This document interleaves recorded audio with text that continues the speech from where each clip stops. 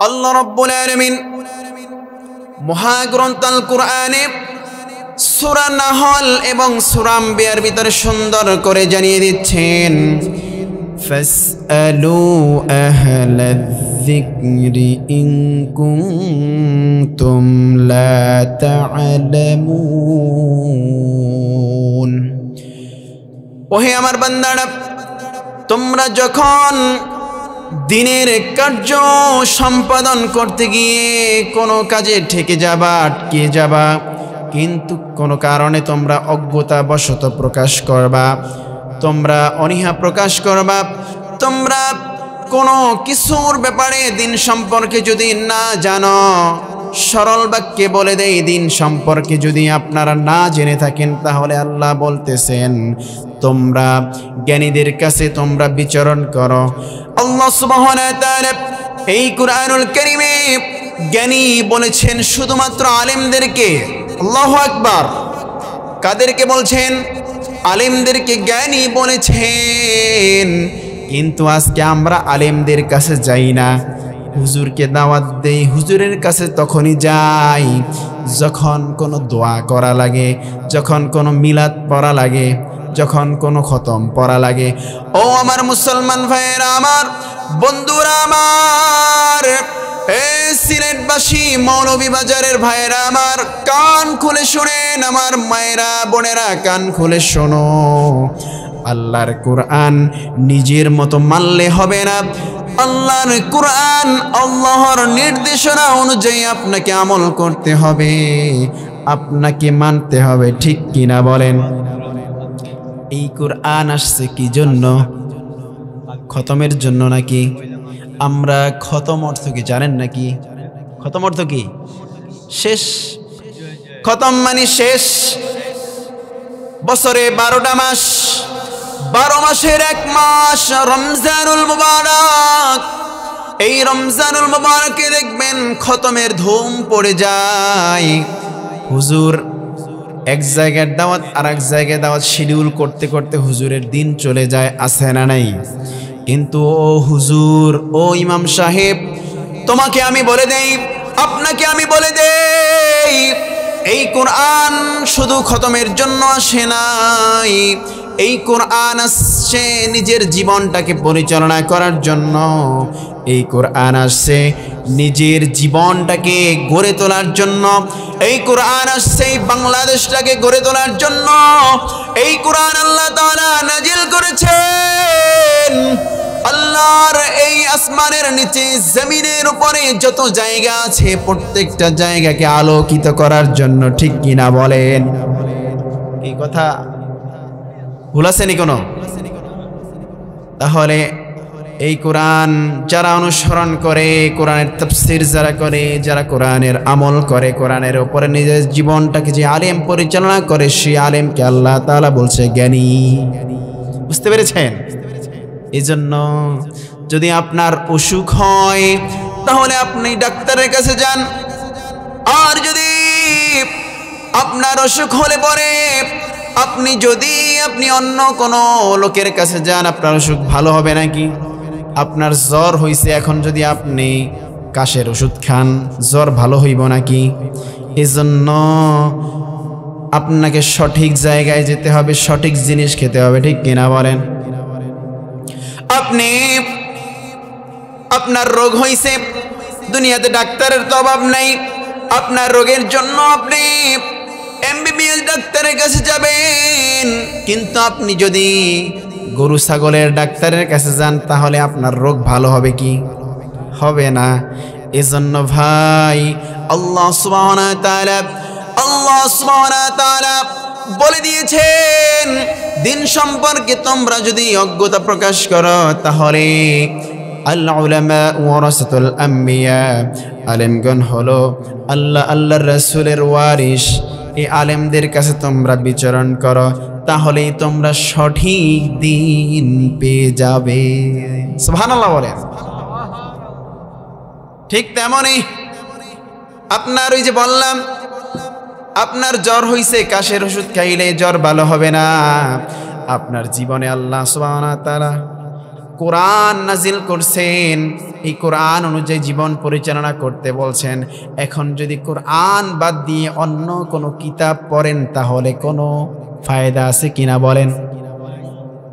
আমি বলি না যে আপনি ওই কিতাব বাদ দিয়ে দেন, কিন্তু প্রতিদিন নামাজের পরে দেখা যায় ভাইরা আমার, ইমাম সাহেব যখন সালাম ফিরায় তখন দেখবেন কিছু মুসল্লি, একজন মুসল্লি এলান দেয়, বাকি নামাজ বাদ কিতাবি তালিম আছে, সবাই বসবেন, বহুত ফায়দা হবে। আছে না নাই? এলাকায় আসেনি? আমি বলি না যে এটা পড়েন না, কিন্তু ও মুসলমান, আপনার শৈশব গেল, যৌবন গেল, কৈশোরকাল কেটে গেল, এখন বৃদ্ধকাল শেষ হবার পথে, আর 2 দিন পরে কবরে চলে যাবেন। এখনো আপনি কোরআন শিখতে পারলেন না। আপনি যদি জীবনের শুরু থেকে কিয়ামত পর্যন্ত এই কিতাবি তালিম করেন, আর যদি কোরআন তেলাওয়াত না করেন, কোরআন না শিখেন, আপনি কশিন কালো সফল কাম হতে পারবেন না। ঠিক কি না?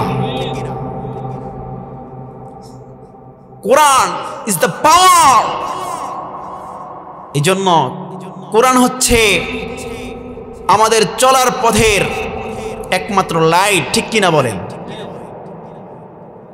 তাহলে এই কোরআন তেলাওয়াত আমরা করতে চাই না, এটা একটা মাধ্যম যে কিতাবি তালিম করো, কোরআনকে এক সাইডে রেখে দাও।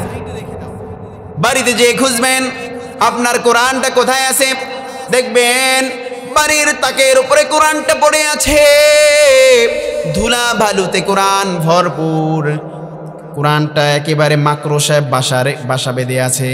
এরপরে এখন দেখবেন রমজানের আর 4-5 দিন বাকি আছে, এখন রমজান মাস আসছে, কোরআনটাকে পড়তে হবে, চুমা খাইতে হবে, অর্থ নিজে পড়বে না, হুজুর ভাড়া কইরা পড়াবে। আচ্ছা বলেন তো, আল্লাহ রাসূল সাল্লাল্লাহু আলাইহি সাল্লামের ভাষ্য অনুযায়ী কোরআন যে পড়ে সে সওয়াব পায় না, যে পড়ায় সে সওয়াব পায়? যে পড়ে সে সওয়াব পায়। আল্লাহর নবী, বিশ্ব নবী সাল্লাল্লাহু আলাইহি সাল্লাম বলেছেন, আলিফ লাম মিম হারফুন। আমি বলি না আলিফ লাম মিম একটি হরফ, বরং আল্লাহ রাসূল সাল্লাল্লাহু আলাইহি সাল্লাম বলেছেন, আলিফুন হারফুন, লামুন হারফুন, মিমুন হারফুন। বরং আলিফ একটি হরফ, লাম একটি হরফ, মিম একটি হরফ। অতএব যেই ব্যক্তি একটি হরফ পাঠ করলো তার আমলনামায় 10টা নেকি লেখা হবে, আর যেই ব্যক্তি আলিফ লাম মিম তেলাওয়াত করলো, শুধু এই তিনটা হরফ পাঠ করলো, তার আমলনামায় 30টা সওয়াব লিখে দেওয়া হবে। কি সওয়াব! আর রমজান মাসে তো তেলাওয়াত করলে কোনো কথাই নেই, রমজান মাসে তেলাওয়াত করলে শুধু বোনাস আর বোনাস। ঠিক কিনা বলেন? তাহলে ইমাম সাহেব তেলাওয়াত করবে, সওয়াব হবে ইমাম সাহেবের। আপনি টাকা দিবেন, খাওয়াবেন, সম্মান করবেন, আরো কত আদর আপ্যায়ন করবেন, ইমাম সাহেবের পেটটা ভরবো, পকেটটাও ভরবো। ঠিক কিনা বলেন? এজন্য নিজে তেলাওয়াত করতে হবে।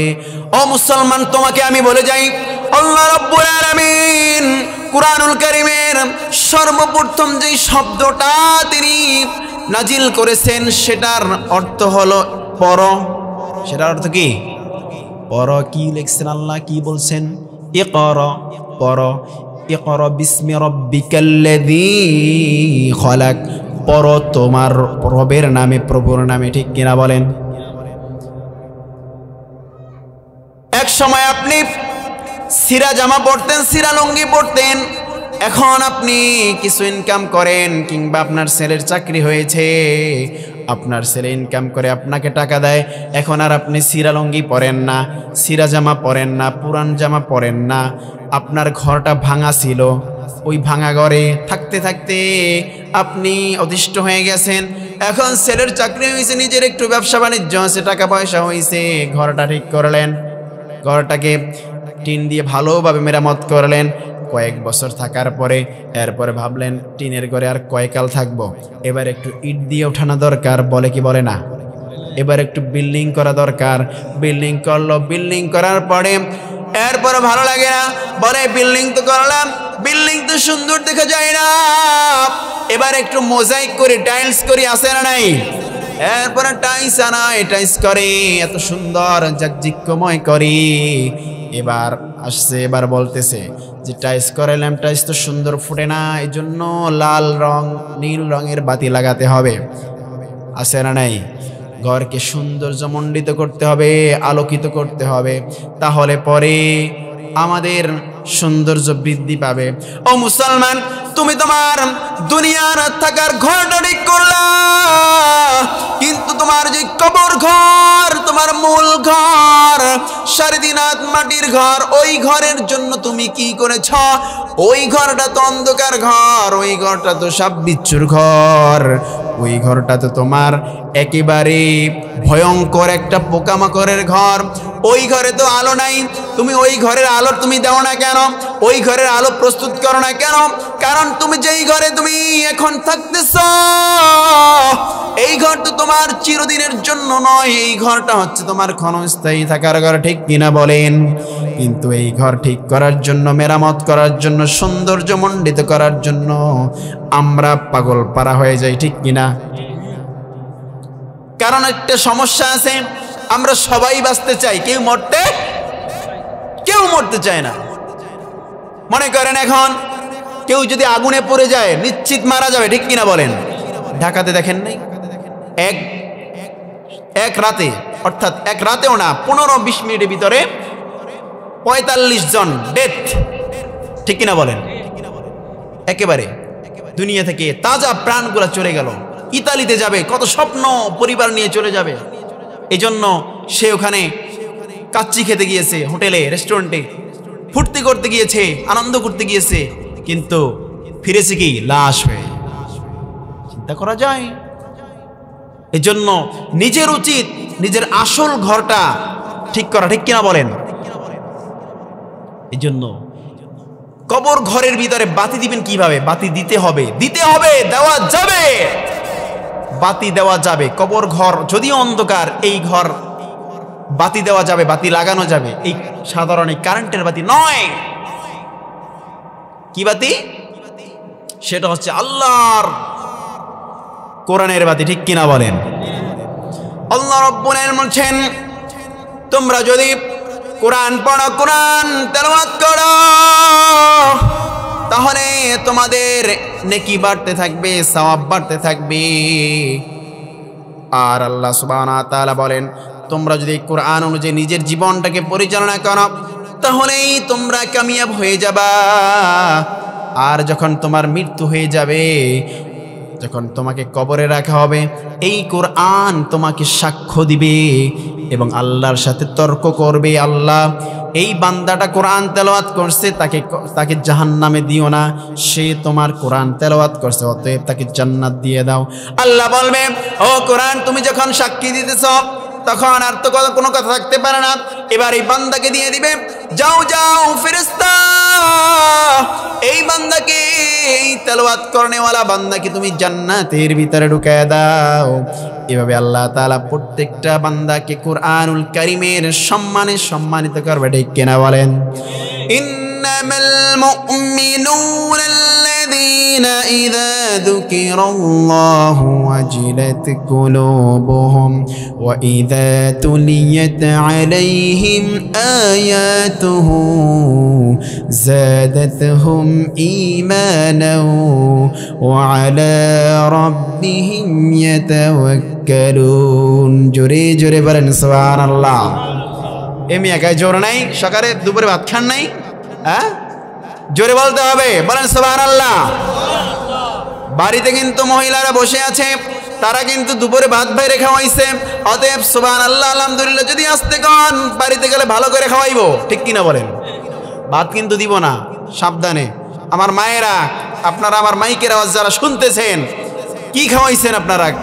গাইতে শক্তি নাই, আল্লাহর জিকির করবে সেটাই নাই শক্তি। ও মুসলমান, তাহলে তুমি কিভাবে ইসলামী আন্দোলনে যুক্ত হবা? বলো মুসলমান। আল্লাহ রাব্বুল আলামিন বলেন, প্রকৃত ঈমানদার তো তারাই যাদের অন্তর কেঁপে ওঠে তাদের অন্তর কেঁপে ওঠে যখন আল্লাহর আয়াত তার সামনে তেলাওয়াত করা হয়, আর আল্লাহ তাআলা তার ঈমানটাকে উর্বর করে দেয়। আল্লাহ তাআলা তাকে এমন একটি স্থানে সম্মানিত করে, এমন একটি স্থানে স্থানান্তর করে, সেই স্থানের নাম হলো জান্নাতুল ফিরদাউস। সুবহানাল্লাহ। তাহলে আল্লাহর কোরআন পড়তে রাজি আছেন? পড়বেন তো?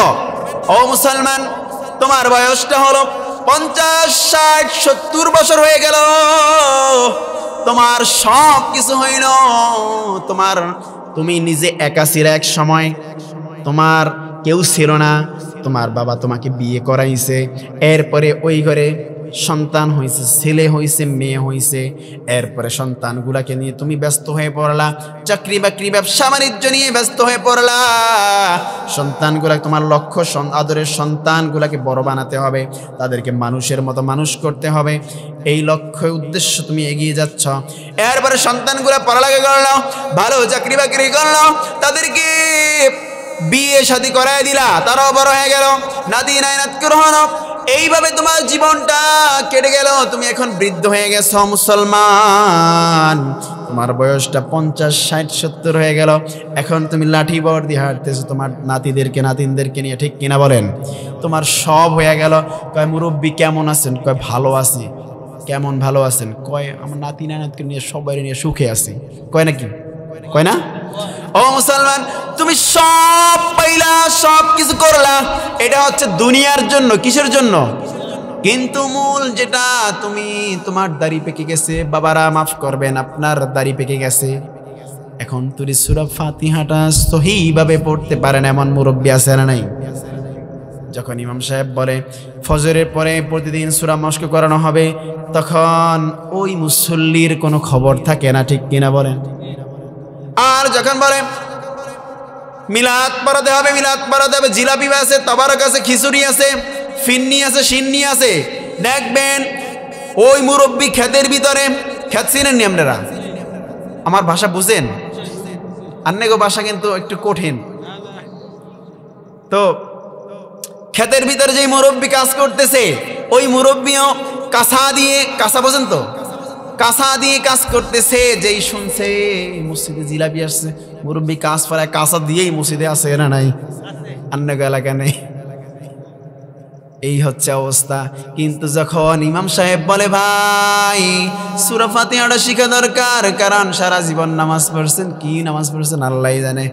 হুজুর আমনের পিছে যা পড়ছি ওইটাই নামাজ, আর আমি যা পড়ছি ওইটা হচ্ছে অভিনয়, ঠিক কিনা বলেন?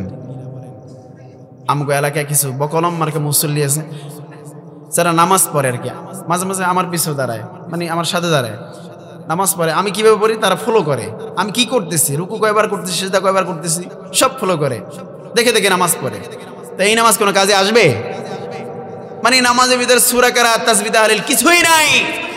ওই নামাজ আপনাকে জাহান্নাম পর্যন্ত পৌঁছে দিবে, ঠিক কিনা বলেন? নামাজ পড়লে কোথায় যাবে মানুষ? জান্নাতে। কিন্তু নামাজ পড়লে আবার আপনি জাহান্নামে যাবেন। কোন নামাজ? যেই নামাজে খুশু খুদু নাই, যেই নামাজে আল্লাহর প্রতি মুতাওয়াজ্জু নেই, ধীর স্থিরতা নাই, ওই নামাজ আপনাকে জাহান্নামে নিয়ে যায়। ফাওয়াইলুল লিল মুসাল্লিন আল্লাযীনা হুম আন সালাতিহিম সাহুন, ঠিক কিনা বলেন? আপনার নামাজ আপনাকে লানত করে। তুমি কি নামাজ পড়ো? মসজিদে ঢুকো আর বাইরে মুরগির বাচ্চার মতো, মুরগিরে আদার দিলে যেমন টুকুর টুকুর করে খায় না, ঠিক আপনি রুকু সিজদা ওইভাবে দিয়ে দৌড়ে বের হয়ে যান। কে বলছে আপনাকে ওইভাবে নামাজ পড়তে? এই জন্য নামাজ পড়তে হবে, ঠিক কিনা বলেন? নামাজ পড়ে কিভাবে? নামাজ পড়ে এমন নামাজ পড়ে যেই নামাজের জন্য লুঙ্গি একদারে, মুসল্লি একদারে, আছে না নাই? ইমাম সাহেব তেলাওয়াত করেন আলহামদুলিল্লাহি রাব্বিল আলামিন আর রহমানির রহিম মালিকি ইয়াউমিদ্দিন ইয়্যাকা না'বুদু ওয়া ইয়্যাকা নাস্তাঈন ইহদিনাস সিরাতাল মুস্তাকিম সিরাতাল লাযীনা আন'আমতা আলাইহিম غير المغضوب عليهم ولا الضالين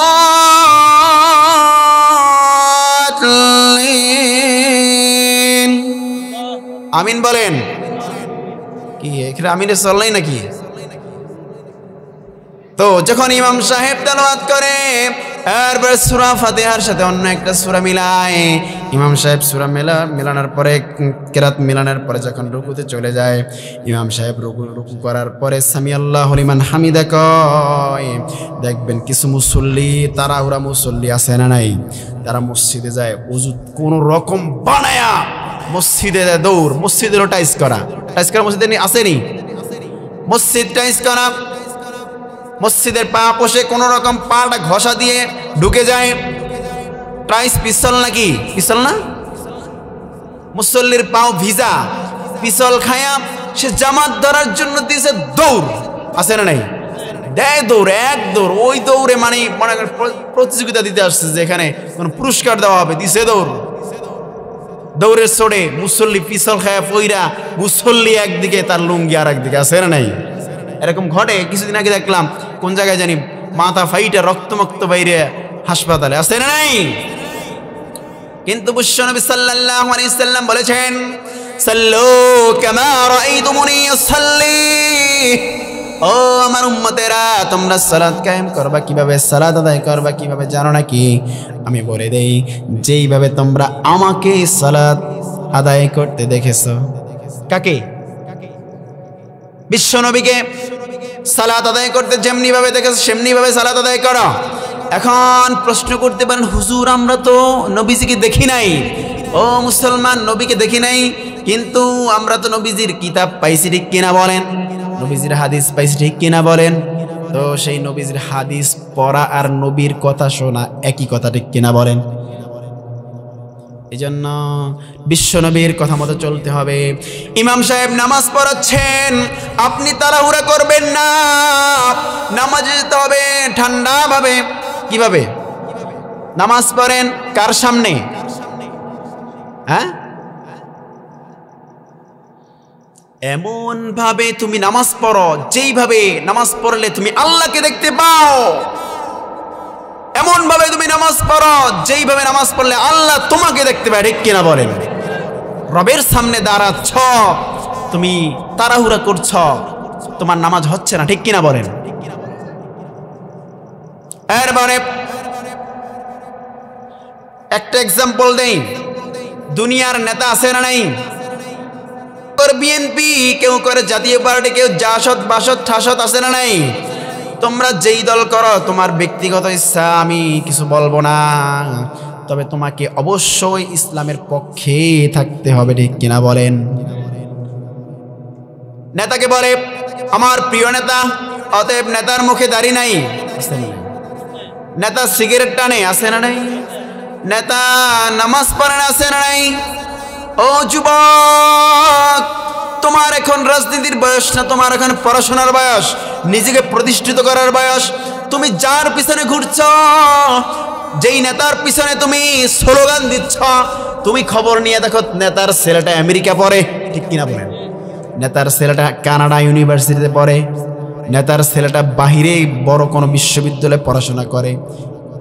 তুমি কি, তোমার মাথায় কি কোনো মগজ নাই? তোমার জেহেনে কি কোনো শক্তি নাই? কোনো বোধ নাই? তুমি যেই নেতার স্লোগান দাও, ওই নেতার ছেলে কার স্লোগান দেয়? সে তো কারো স্লোগান দেয় না, সে তো তার ছেলেকে ঠিকই পড়াশোনা করাচ্ছে, কিন্তু তোমার নিজের বাবার টাকায়া, নিজের টাকায়া, নিজের মায়ের হাতের রান্না খেয়ে তুমি নেতার স্লোগান দাও, তোমার লজ্জা করে না নাকি? ঠিকই না বলেন?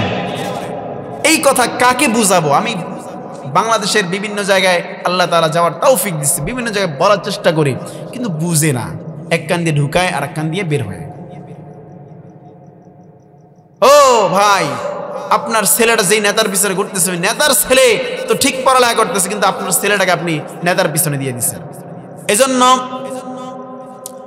আমি আমার এই কথা বলার উদ্দেশ্য না, আমি যেটা বুঝাতে যাচ্ছিলাম সেটা হলো, নেতাকে আমরা কত সম্মান করি, কত কত শ্রদ্ধা করি। যদি এমপি সাহেবের সামনে যাই, চেয়ারম্যান সাহেবের সামনে যাই, মনে করেন আপনাদের এই উপজেলার নাম কি? মৌলভীবাজার উপজেলা না? সদর উপজেলা। এই মৌলভীবাজার উপজেলায় চেয়ারম্যান আছে না নাই? এখন চেয়ারম্যানের কাছে যায় কি, এই চেয়ারম্যান সাহেব কেমন আছেননি, ভালো আছেননি? এটা কইবেন নাকি? আসসালামু আলাইকুম চেয়ারম্যান সাহেব, ভালো আছেন নি? ঠিক কিনা বলেন? যত ছোট হওয়া যায়, মানে নিজেকে ভদ্র, আপনি খারাপ লোক হলেন আপনি ভদ্র হয়ে যাবেন, ঠিক কিনা বলেন? আর যদি চেয়ারম্যানের উপর দিয়ে যদি এমপির কাছে যান তাহলে অপেক্ষা করতে হবে, এমপি সাহেবের সামনে একেবারে কুজো হয়ে দাঁড়াতে হবে, এমপি সাহেবের কোনো যে বেয়াদবি না হয়, ঠিক কিনা বলেন? আবার যদি এমপির উপর দিয়ে মন্ত্রীর উপর দিয়ে প্রধানমন্ত্রী তাদের সামনে যান তাহলে তো একেবারে পায়ে পড়ে যায়, অনেকে আছে না নাই? পাবলিকের কথা বাদই দেই, এমপিরা মন্ত্রীর কাছে গেলেই যাওয়ার আগে সালাম দেয়, সালাম করে, কদম মুসি করে, আছে না নাই? অথচ কদম মুসি করা হারাম হারাম হারাম, ঠিক কিনা বলেন? আমি যেটা বুঝাইতে যাচ্ছি সেটা শুনেন। ও মুসলমান, তুমি মসজিদে যাও, রবের সামনে দাঁড়াও, তুমি তাড়াহুড়ে করে যাও, কোন রকম আল্লাহু আকবার আলহামদুলিল্লাহ আলামিন আলহামদুলিল্লাহ তাড়াতাড়ি করে তুমি চলে আসো, সুবহানাল্লাহ সুবহানাল্লাহ আছে না নাই? আসসালামু আলাইকুম আছে না নাই? আমিন বিরহমাতিন, নামাজ শেষ, 1 মিনিটে নামাজ শেষ। কিন্তু তোমার যে নেতা, ওই নেতার সামনে তুমি কি সুন্দরভাবে ভদ্রভাবে দাঁড়াও, অথচ ওই নেতা তোমার ভাগ্য পরিবর্তন করতে পারবে না, ওই নেতা তোমার উপকারে আসবে না, বরং ওই নেতা তোমার ক্ষতির জন্য আসবে, ঠিক কিনা? তুমি নেতার সামনে এত সম্মান প্রদর্শন করো, কিন্তু রবের সামনে তো একদিন এরকম সম্মান প্রদর্শন করলা না। অতএব রব বলে, ওরে নাফরমান, তোকে আমি এখনো অবকাশ দিচ্ছি, ভালো হয়ে যা, ঠিক কিনা বলেন? ধরে না, ধরলে আল্লাহ ছাড়ে না। আবার দেখবেন কিছু লোক নামাজ পড়ে,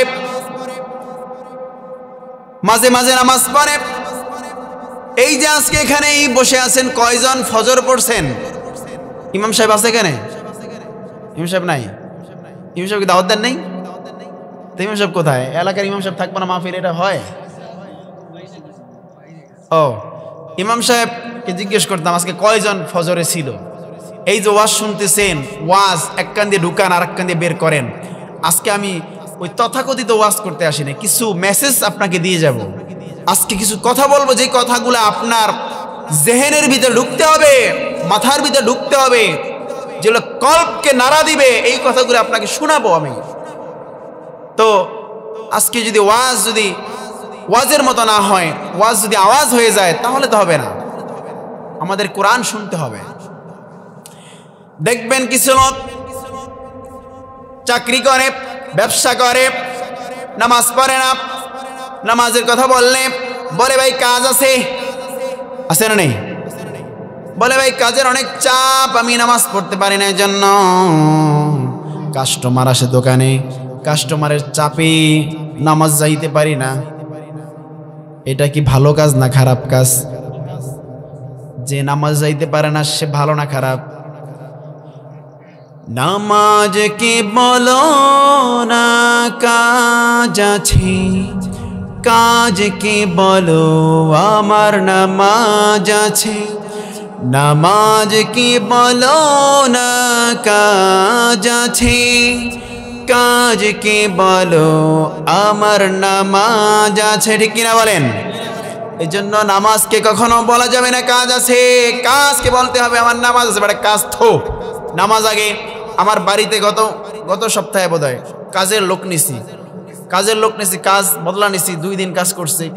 এখন সে তার প্রধান খাওয়ান হচ্ছে 2 আঙ্গুলের খাওয়ান, চিনেননি আপনারা? ওই খাওয়ান খায়। এখন আমাদের ফ্যামিলিতেও আলেম, আমার বাবা আলেম, ভাই আলেম, আমার সবাই আলেম। এখন আমাদের ফ্যামিলিতে কাজ করতে হলে তো নামাজ বাধ্যতামূলক। এখন নামাজ পড়তে হবে, বললাম যে কাজ পরে নামাজ আগে, কাজ আমার কম হোক কিন্তু নামাজ আগে পড়তে হবে, এরকম কথা কেউ বলেনি। আরে মেয়ে নামাজ তো তুমি আগে কাজ করো, টাকা একদিন গেলে 500 টাকা নিবা, তুমি আবার কি ফাঁকি দিবা? নামাজ পড়তে ফাঁকি দিবা নি?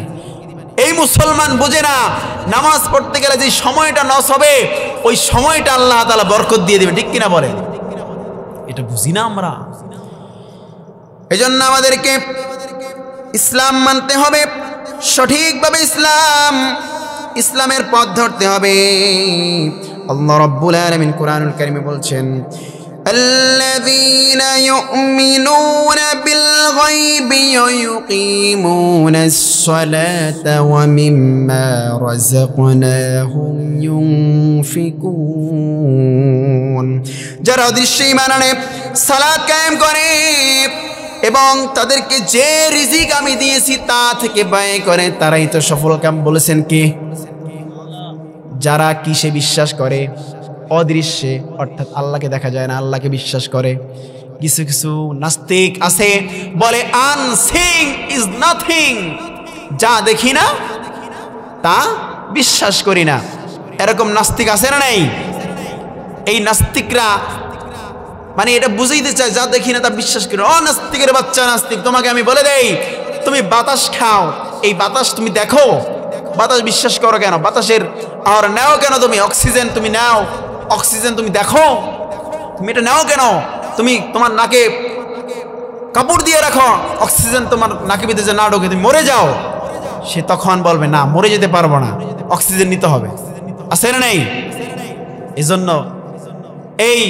সব কিছু নাস্তিক মার্কা নাস্তিক মনা চেতনাধারী লোকজন আমাদেরকে বিভ্রান্ত সৃষ্টি করতে চায় আমরা তাদের ফাঁদে পা দিব এরপর আল্লাহ রাব্বুল আলামিন বলেন যারা সালাত কায়েম করে যারা সালাত কায়েম করে তারাই তো সফল কাম কোন সালাত ওই বিয়ার সময় যে খাওয়ান দেয় খাওয়ানোর লাগে সালাত দেয় ওই সালাত নেই তাহলে নামাজ নামাজ নামাজ পড়তে হবে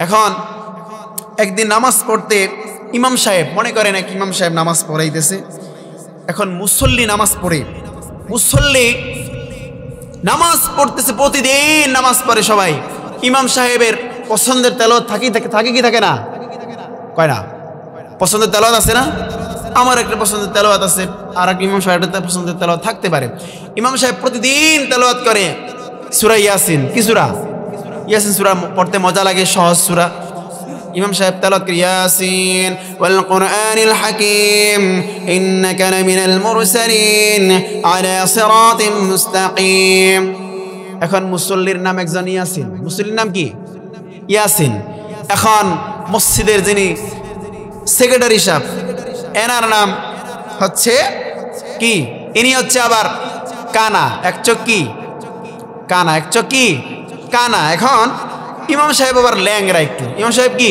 মানুষ ল্যাংরা থাকে না মানে হাঁটতে পারে একটু লেলায় লেলায় হাঁটে আছে না নাই তো এখন ইমাম সাহেবকে কাউন্টার দিচ্ছে হুজুর আমি আপনাকে খাওয়াই পড়াই বেতন দেই এত টাকা আপনি প্রতিদিন ওই ইয়াসিনের নামে তেলাওয়াত করেন সমস্যা কি আপনার আপনি তো একদিন আমার নামে তেলাওয়াত করেন না এরপরে ইমাম সাহেব কি করলেন ওই ইয়াসিন সূরা বাদ দিয়ে দিলেন অন্য সূরা পড়া শুরু করলেন অন্য আয়াত তেলাওয়াত করা শুরু করলেন ইমাম সাহেব এক পর্যায়ে বলতেছে ওয়া কানা মিনাল কাফিরিন এবার তো মুসল্লি কানা হয় তো খেপে গেছে কিরে আমি কাউন্টার দিছি হুজুরের এই জন্য হুজুরে আমারে ওয়া কানা মিনাল কাফিরিন কইলো আমি কাফের কানা আমি কানা কাফের হুজুরে নামাজের মধ্যে ফতোয়া দিয়ে দিল দাঁড়া হুজুরের মজাটা বুঝাইতেছে তো ভাগ্য করে মাগরিবের নামাজ শেষ এখন ইশার নামাজে আবার ইমাম সাহেব অন্য একটা তেলাওয়াত আছে ওখানেও ওয়া কানা মিনাল কাফিরিন একটা আয়াত আছে ইমাম সাহেব তেলাওয়াত করলেন ওয়া কানা মিনাল কাফিরিন এবার তো ওই সেক্রেটারির মেজাজ খারাপ মাগরিবের সময় ফতোয়া দিছে কিছু বলি নাই ইশারের সময় একই কথা বলতেছে আমারে ওয়া কানা মিনাল কাফিরিন আমি কানা কাফের ইমাম সাহেবকে দিছে ফতোয়া মুসল্লি সেক্রেটারি বলছে অলিংরানা মিনাল ফাসিকিন আমি কানা যদি কাফের হই তুই ল্যাংরা ইমাম তুই হলো ফাসিক ওয়া কানা মিনাল অলিংরানা মিনাল ফাসিকিন তাই হাতে বুঝছে ওইভাবে কোরআন ওই কানার মতো কোরআন বুঝতে হবে নি বুঝতে হবে কিরকম সঠিকভাবে বুঝতে হবে কানার মতো কোরআন বুঝলে আমরা এখন বর্তমানে কানার মতোই কোরআন বুঝি ওই টাকা দিয়া হুজুর ভাড়া করিয়া তেলাওয়াত করাই মনে করি নিজে জান্নাতের টিকিট পেয়ে গেছি আছে না নাই সারা জীবন সুদ খাইছো ঘুষ খাইছো জেনা করছো ব্যভিচার করছো অন্যের জুলুম করছো তুমি এখন আইছো হুজুরের কোরআন তেলাওয়াত কইরা করায়া টাকা 500 দিয়া 5 জনের 100 করিয়া টাকা দেয় কয়টা করে দেয় মিয়া কোরআনে একটা হরফের দাম দিতে পারবেন আপনি 100 টাকা দিয়ে হুজুরকে বিদায় করে দেন আবার হুজুরের সাথে তাচ্ছিল্য ব্যবহার করেন এজন্য এই কোরআন হুজুরকে দিয়ে পড়ান সমস্যা নাই কিন্তু নিজেও পড়তে হবে, নিজেও পড়তে হবে। এখন বলেন হুজুর আমরা তো বুঝি নাই, পারি নাই, বয়স ওই সময় ছিল না, পড়তে পারি নাই, সময় ছিল না, বাপ মা মূর্খ ছিল, বাপ মা শিখায় নাই, টাকা পয়সার সমস্যা ছিল, দরিদ্র ছিল, বিভিন্ন ঝামেলা এরকম দেয়, দোহাই দেয় না এরকম। তো এখন আমি আপনাকে বলি, আপনি কোরআন শিখতে পারেন নাই, আপনি চেষ্টা করেন, না পারলে তার করার কিছু নাই, অন্তত আপনাকে নামাজ পড়ার জন্য 5টা সূরা তেলাওয়াত করেন, তাহলে আপনি কামিয়াব হয়ে যাবেন। 5টা সূরা শিখেন ইমাম সাহেবের কাছে, হুজুর আমাকে 5টা সূরা শিখিয়ে দেন, হুজুরকে 1000 টাকা হাদিয়া দিবেন, দেখবেন আপনি কামিয়াব হয়ে যাবেন। সারা জীবন নামাজ পড়তেছেন, সূরা ফাতিহা পারেন না, অতএব নামাজ ভঙ্গের 1 নাম্বার কারণ কি? কিরে ভাই কেউ জানেন না? নামাজ ভঙ্গের 1 নাম্বার কারণ কি বলেন তো? অশুদ্ধ তেলাওয়াত করা। কি বলা কথা বলে না, অশুদ্ধ তেলাওয়াত করা। এখন আপনি শুদ্ধ করে পারেন না, আপনার নামাজ জীবনে একটাও হয় না, একটা রাকাত হয় না, একটা ওয়াক্ত হয় না, ঠিক কিনা বলেন? ওই ইমাম সাহেবের পিছনে যা পড়ছেন ওই হইলেও হতে পারে, আবার যদি ওই রুকু সিজদা সুবহান রাব্বিয়াল আজিমের জায়গায় আলা লাগায় দেন, আলার জায়গায় আজিম লাগায় দেন, তার প্যাস খেয়ে যান। এই জন্য খুব সাবধান, খুব সেন্সিটিভ বিষয়, নামাজটা খুব সেন্সিটিভ বিষয়। এই জন্য নামাজ হেলায় খেলায় পড়লে হবে না, যে পড়লে পড়লাম, না পড়লে না পড়লাম, রুকু সিজদা দিলে দিলাম, না দিলে না দিলাম। অনেকে কালকে কোথায় জানি নামাজ পড়লাম, ও ভোলাতে নামাজ পড়ছি, ভোলাতে আমি যখন ঢুকবো মাগরিবের নামাজ পড়ছি ভোলা থানার মসজিদে, তখন আমার পাশে একজন দাঁড়াইছে নামাজে, সে দেখি এদিক তাকায় ওদিক তাকায় ওদিক তাকায়, নামাজ দাঁড়ায়, এক বুড়া মুরব্বী, তাহলে তার নামাজ হয়েছে? তার নামাজ বাতিল। এই জন্য নামাজের ভিতরে ওদিক এদিক তাকানো যাবে। কিছু মুসল্লি আছে আবার ঘড়ি দেখে, কয় মিনিট হয়েছে, কয়টা বাজে দেখে, আছে না নাই? আবার ইমাম সাহেব যদি রুকু সিজদা একটু দেরি করে রে, নামাজের শেষ বৈঠকে একটু দেরি করে, আত্তাহিয়াত দুরূদ শরীফ দোয়া মাসুরা পড়তে একটু দেরি করে, একটু দেরি হয়, আছে না নাই? কাশি দিলেন, আপনি নামাজ বাতিল হয়ে গেল। ইমাম সাহেবকে কাউন্টার দেন, আপনি এত বড় দুঃসাহস দেখেন কেন? ইমাম সাহেব সময় হলে নামাজ শেষ করে দেবে, ঠিক কিনা বলেন? আবার কিছু মুসল্লি দেখবেন ক্ষেতের ভিতরে, বিলের ভিতরে, জমিনের ভিতরে ধান লাগায়, ফসল করে, অন্যের আইল ঠেলে, 1 হাত ঠেলে 1 বিঘা ঠেলে ঢুকায় আলায়, ঠিক কিনা বলেন? অন্যের আইল বেকা করে দেয়, আইল কেটে দেয়, নিজের জমি বাড়ায়, অন্যের জমির ভিতরে ঢুকায় দেয়, আছে না নাই? আইল আমার জমিতে থাকতে পারবো না, তোর জমি থাক, এরকম আছে না নাই? কিন্তু ওই বিলের ভিতরে আইল ঢালা মুসল্লি, আইল কাটা মুসল্লি মসজিদে একাই, আইল কাতার সোজা করো, মসজিদের কাতার সোজা করো, আছে না নাই? হাতে বিলের ভিতরে আইল ঠেলে মানুষের, আর হ্যাঁ মসজিদে এসে আইল সোজা করে, আছে না নাই?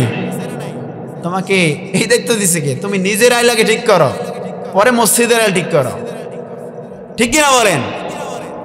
আবার কিছু মুরব্বী দেখবেন মসজিদে বাচ্চারা মসজিদে গেলেই, ওই বাচ্চা তুই মসজিদে আইছিস কেন, আছে নাকি?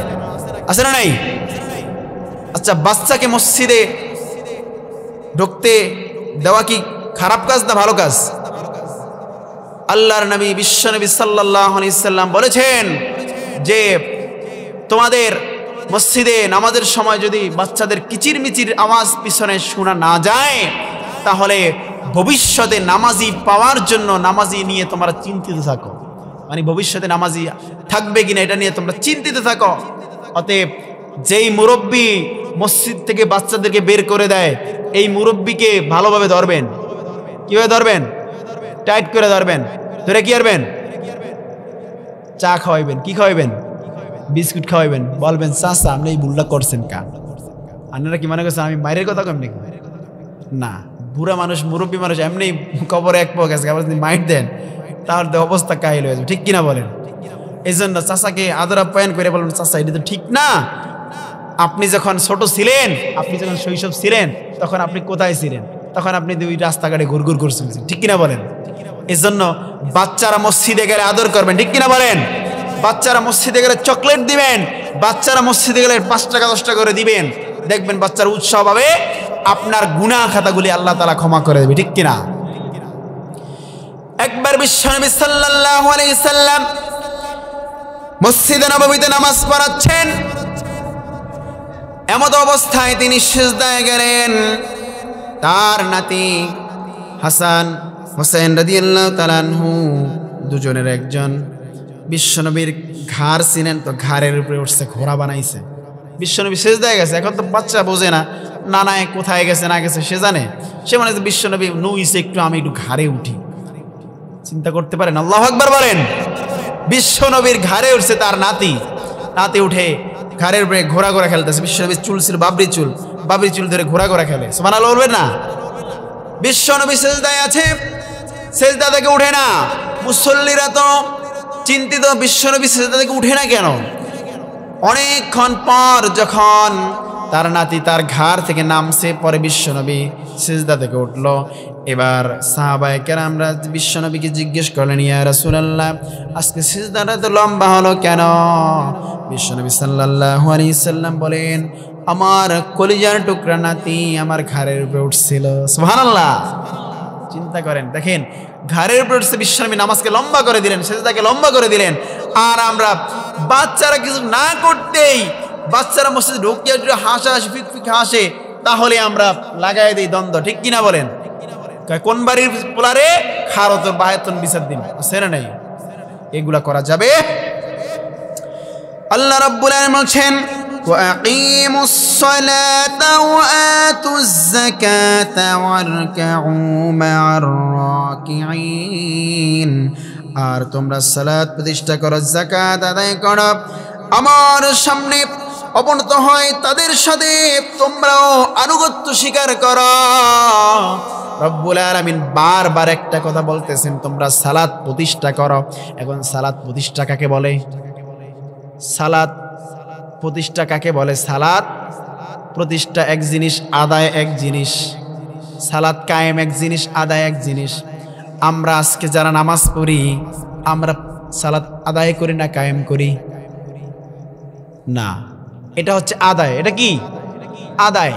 কায়েম বলে তখন যখন এলাকার ভিতরে 100টা ঘর থাকবে, ওই 100টা ঘর থেকে 100 জন মুসল্লি মসজিদে যাবে, তখন বলবেন সালাত কায়েম হয়েছে। কিন্তু এখন ফজরের আজান হলে 100 ঘর থেকে কয়জন মানুষ যায় বলেন? 5-7 জন যায়। মুরব্বী কয় 5-7 জন। তাইলে বলেন তো এই নামাজ কি কায়েম হয়েছে নাকি? এটা হচ্ছে আদায়, এটা কায়েম হয় নাই। কায়েম তখনই হবে যখন সবাই একসাথে এক জায়গায় নামাজ পড়বে, কাউকে ডাকা লাগবে না। ভাই নামাজ পড়তে, এই আজান হয়েছে নামাজ পড়তে ওঠো, নামাজ পড়তে ওঠো, এইভাবে ডাকা লাগবে না, তখন হবে সালাত কায়েম। ঠিক কিনা বলেন? এরপরে বলছেন, তোমরা যাকাত আদায় করো। আমরা যাকাত দিতে চাই না। আল্লাহ তাআলা সুদকে করেছেন হারাম আর যাকাতকে করেছেন হালাল। সুদ হলো গরিবদের থেকে টাকা নিয়ে ধনীদেরকে দাও, আর যাকাত হলো ধনীদের থেকে টাকা এনে গরিবদেরকে দাও। সুবহানাল্লাহ বলেন। তাহলে সুদ দিবেন না যাকাত দিবেন? হ্যাঁ, কিন্তু এখন সুদের পন্থা বেশি না কম? ঘরে ঘরে সুদ। যেই ব্যক্তি সুদ খায় সে সমাজের ভিতরে সবচাইতে নিকৃষ্ট লোক। এলাকায় সুদখোর আসেনি? আছে। সুদখোর কুকুরের চাইতে নিকৃষ্ট। কার চাইতে? কুকুরের চাইতে বেশি নিকৃষ্ট কে? সুদখোর। সুদখোর সবচাইতে বেশি নিকৃষ্ট। আল্লাহর নবী বিশ্বনবী সাল্লাল্লাহু আলাইহি সাল্লাম বলেন, সুদখোর নিজের আপন মায়ের সাথে জিনা করে। নাউজুবিল্লাহ বলেন। চিন্তা করতে পারেন সুদখোরের ব্যাপারে কত বড় কথা। এজন্য আমাদেরকে নামাজ কায়েম করতে হবে, তাহলে সুদ বন্ধ হয়ে যাবে, যাকাত প্রতিষ্ঠা হয়ে যাবে। রমজান মাস আসতেছে, আপনারা যাকাত দেওয়ার চেষ্টা করবেন। যাকাত যারা দেয় না তাদের টাকা তাদের জন্য জাহান্নাম হয়ে যাবে, তাদের জন্য জাহান্নামের কারণ হয়ে যাবে। এরপর রব্বুল আলামিন বলতেছেন, ওয়ারকাউ মা'আর রাকিঈন, যারা আমার সামনে তাদের মস্তিষ্ককে অবনত করে দেয়, তোমরা তাদের মতো করে তোমরাও আমার আনুগত্য স্বীকার করো। দেখবেন মুরব্বীরা নামাজ পড়ে, যুবকরা নামাজ পড়তে চায় না। এই নামাজ পড়তে আসো ছেলে, কয় হুজুর আমার প্যানে সমস্যা। কিসে সমস্যা? কয় প্যান্টে সমস্যা। প্যান্টে না, প্যান্টে। কিসে? কয় লুঙ্গিতে সমস্যা। লুঙ্গি চিনেননি? কয় লুঙ্গিতে সমস্যা। কিসে? তুমি বিছনায় প্রসাব করো নাকি? বড় হইছো এখন লুঙ্গিতে আবার প্রসাব লাগিয়ে বলো? যখন একটা বাচ্চা, শিশু বাচ্চা বলবে হুজুর আমার প্যান্টে মুত লাগছে, আমি প্রসাব করে দিয়েছি রাত্রে, তখন সে বলা যাবে না এটা সত্য কথা। এখন যদি তুমি বুড়া হয়ে, তুমি যুবক হয়ে যদি বলো আমার প্যান্টে মুত লাগছে, তাহলে এটা মানা যায়? যুবক, তোমাকে শয়তান ধোঁকা দিচ্ছে। যে মুসলমান দাবি করে সে কখনো কি করতে পারে না, সে অপবিত্র থাকতে পারে না, সে প্রস্রাব পায়খানা করে ঢিলা কুলুপ ব্যতীত থাকতে পারে না, ঠিক কিনা বলেন? ঢিলা কুলুপ না লয় যে সে হচ্ছে খটাস। সে কি খটাস? ঢিলা কুলুপ নিতে হবে, নোংরা, সে নিগৃহীত, নিষ্পেষিত, ঘৃণিত ব্যক্তি, এজন্য ঢিলা কুলুপ নেবেন তো সবাই। এরপর রব্বুল আলামিন বলছেন তোমরা সালাত কায়েম করার মাধ্যমে ধৈর্য অর্জন করবা।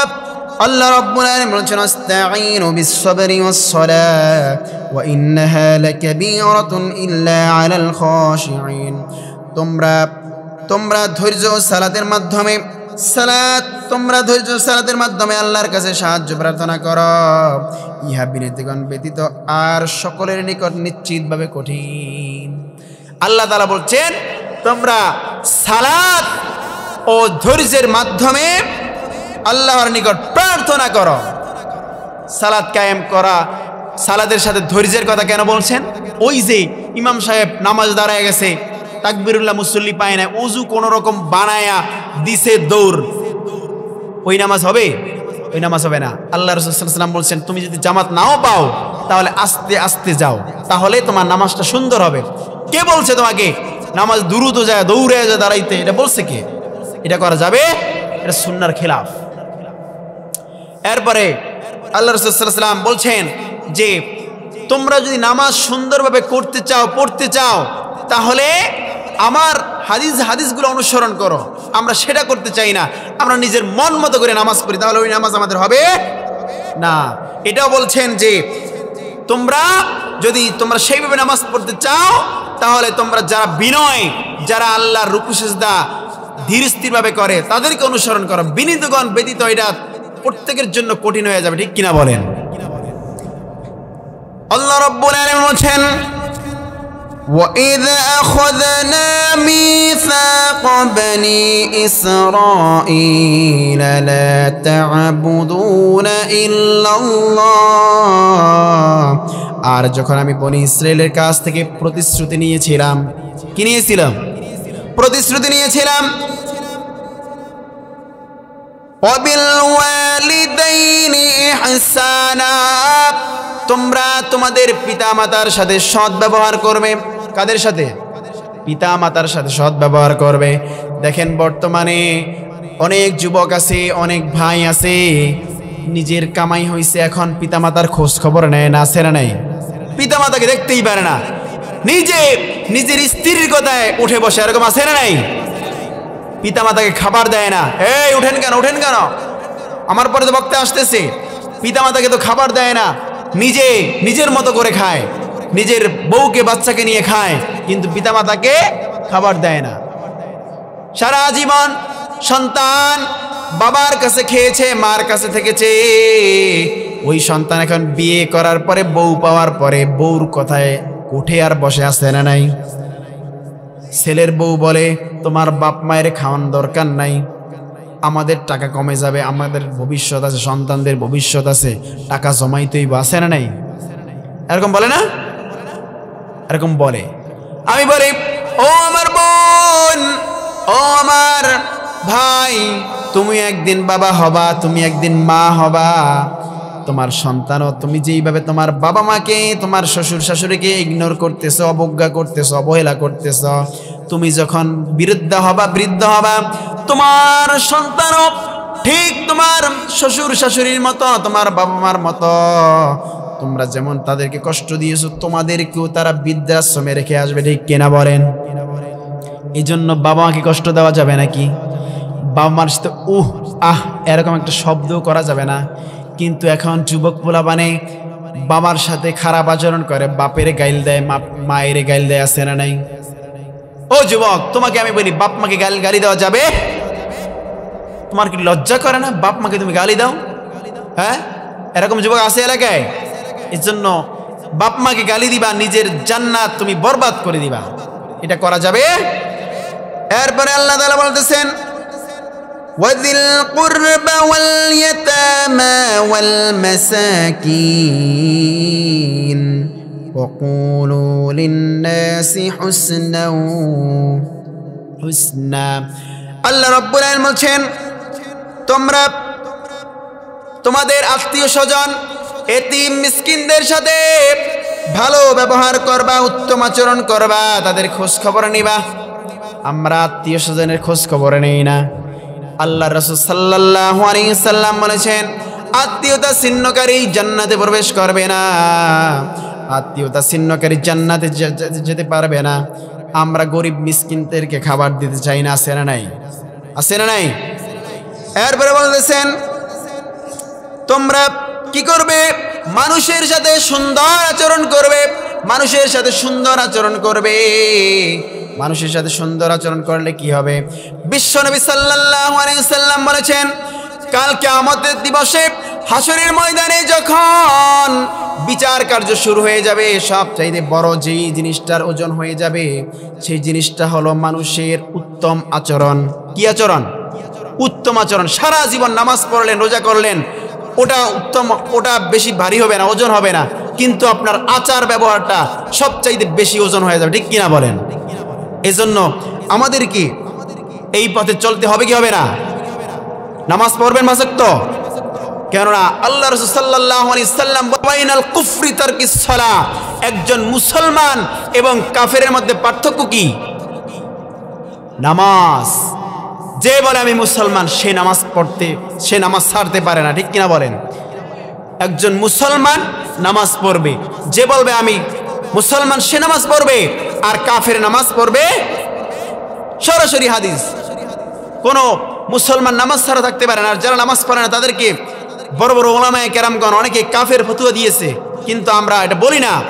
অনেক বড় বড় ওলামায়ে কেরাম যারা মুস্তাহিদ আলেম তারা এটাকে বলেছেন তারা কাফেরের সমতুল্য, কারণ আল্লাহ রাসূল সাল্লাল্লাহু আলাইহি ওয়াসাল্লাম একেবারে সহিহ হাদিসে বলে দিয়েছেন বাইনাল আবদি ওয়া বাইনাল কুফরি তারকিস সালাহ, ঠিক কিনা বলেন?